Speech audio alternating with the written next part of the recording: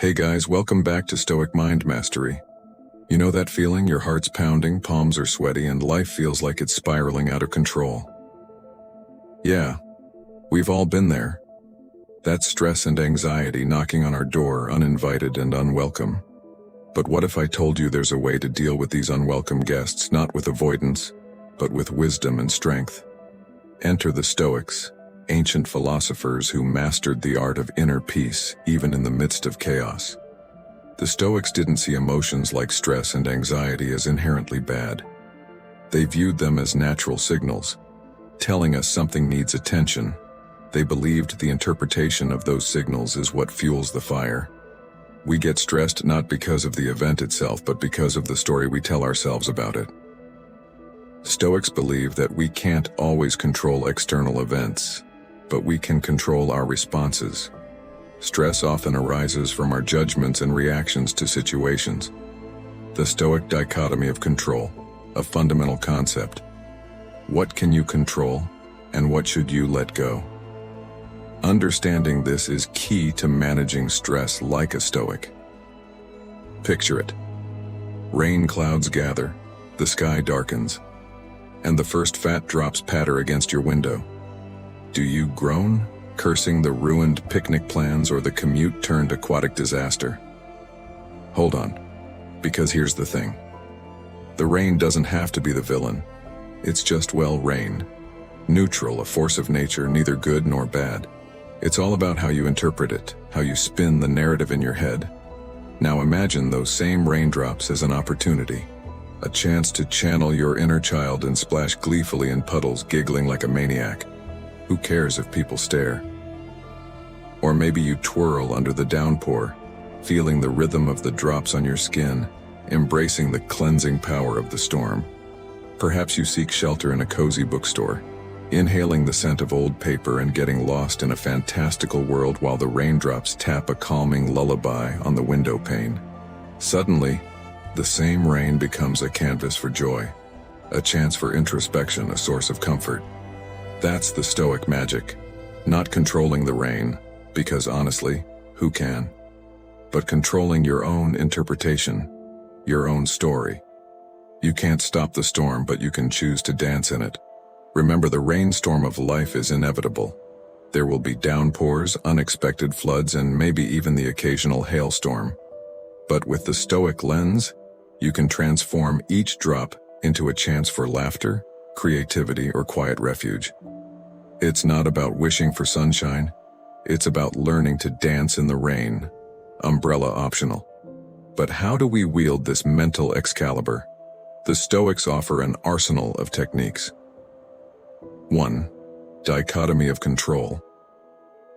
Facing the dragon of stress and anxiety can feel like grasping at shadows. You yearn for that inner peace, that unshakable calm. But how do you bridge the gap between desire and reality? Fear not, for the Stoics, those wise warriors of old, offer a magnificent arsenal of weapons, not of iron and steel, but of mind and spirit. First, imagine drawing a line in the sand, a clear demarcation between two realms. On one side lies the fertile ground of your control, your thoughts, your actions, your unwavering effort.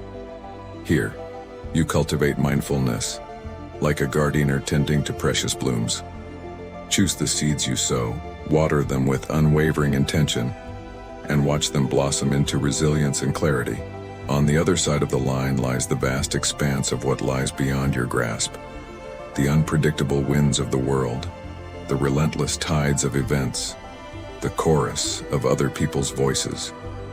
These forces, although powerful, need not drown you. Instead, approach them with a gentle acceptance, like a sailor bowing to the inevitable storm. You cannot command the winds, but you can steer your ship with grace and courage, navigating even the roughest seas with a steady heart. This, my friends, is the essence of the dichotomy of control, the cornerstone of Stoic wisdom. It is not about conquering the world, but about mastering your own inner landscape. It is about focusing your energy on the fertile ground where you can truly make a difference, and gracefully accepting the vastness of what you cannot control. Remember, This is not a battle to be won once and for all, but a path to be walked with steady steps. So, let us take up this Stoic Excalibur, not with clenched fists but with open hearts and minds. Let us cultivate the garden of our control with deliberate care, and accept the uncontrollable with serene wisdom. In doing so, we forge within ourselves the most powerful weapon of all, inner peace. By using imagery like the gardener and the sailor, and emphasizing the acceptance of the uncontrollable, this revised section imbues the dichotomy of control with a sense of calm and mindfulness, encouraging viewers to approach stress and anxiety with grace and understanding. 2. Negative visualization with gentle strength. We've all been there, haven't we? Standing on the precipice of a big moment, our minds spinning the worst-case scenario like a macabre carousel. Anxiety whispers, "What if this is the day everything crumbles?" And our chest tightens with knots of apprehension. But here's the paradox. Often, when we dare to stare into the abyss stares back not with teeth and claws but with a kind of emptiness. That's the power of negative visualization, not a tool for dread, but a gentle strength training for the soul. Instead of letting our fears fester in the shadows, we bring them into the light. We imagine the direst scenario, not to dwell on it, but to dissect it with open eyes. Is the world truly ending? Will life, in all its chaotic beauty, cease to exist because of this one stumble? Most often the answer is a hesitant no.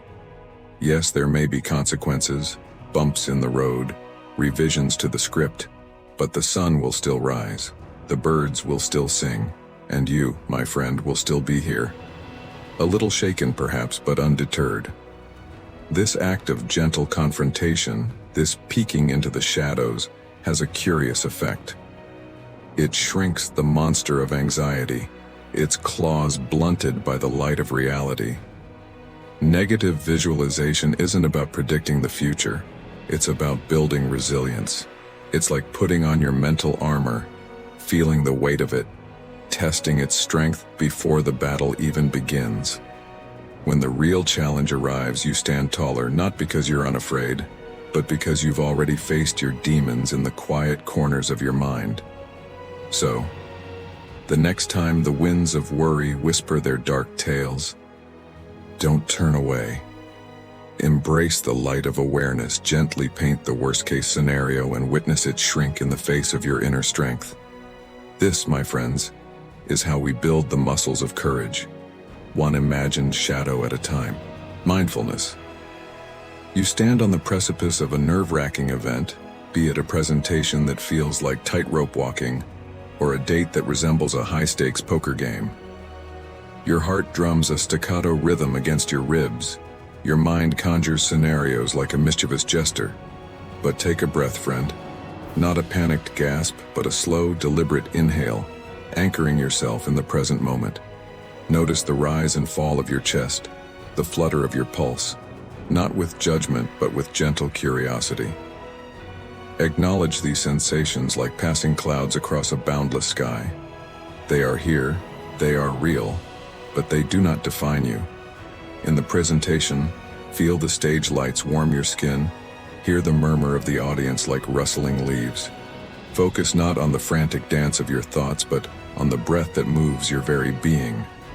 Let your words flow from this well of awareness, each syllable a ripple of intention on the pond of attention.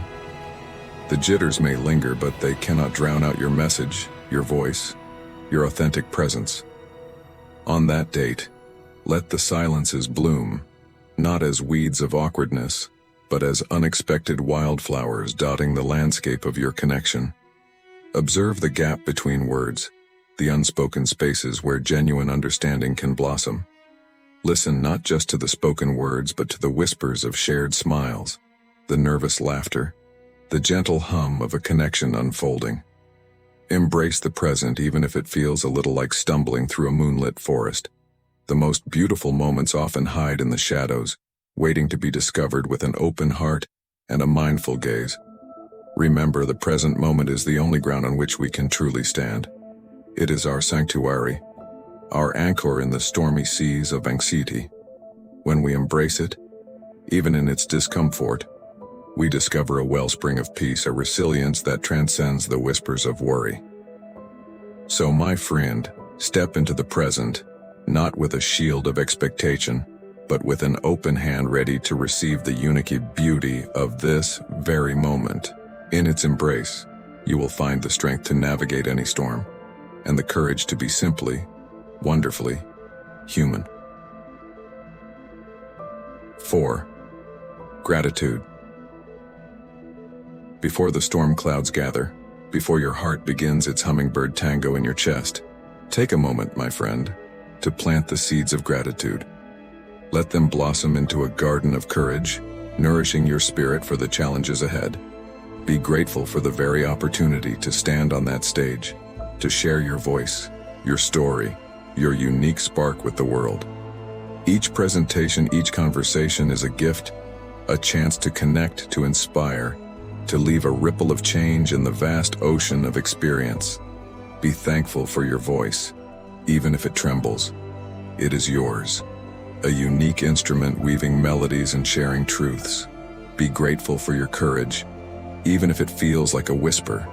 It is the engine that propels you forward, the fire that fuels your passion. And yes, even be grateful for your ability to sweat glitter if that's your thing. It's a reminder that you are a canvas of individuality, a constellation of quirks and dreams that make you you. So embrace them all, the wobbly steps, the nervous laughter, the glitter-kissed skin. They are the threads that weave the tapestry of your authentic self. Remember, gratitude is not a magic spell to banish anxiety. It's a gentle shift in perspective, a lens that refracts the harsh glare of fear into a softer, kinder light. By cultivating this garden of thankfulness, you cultivate the courage to be vulnerable, to be imperfect, to simply be. And in that authenticity, you discover a strength that transcends any stage fright, any awkward silence. As you face the storms of life, let gratitude be your anchor. Let it remind you that you are not alone, that your voice matters, and that even the wobbly steps are steps towards a beautiful, glittering path. And when you walk that path, head held high, heart full of thanks, you'll discover that the butterflies in your stomach were never meant to hold you back, but to propel you forward with wings of courage and grace. Remember, Stoicism is a marathon, not a sprint. Like any skill, it takes practice and patience. But with these tools in your backpack, you can gradually transform your relationship with stress and anxiety. From victim to victor, you'll conquer challenges with the grace of a mountain and the inner peace of a meditating panda. What are your biggest stress triggers? Share them in the comments below, and let's build a community of Stoic warriors, ready to face any challenge with wisdom and resilience. And don't forget to hit that subscribe button for more practical Stoicism in your daily life. Stay stoic, stay strong, and remember, you've got this.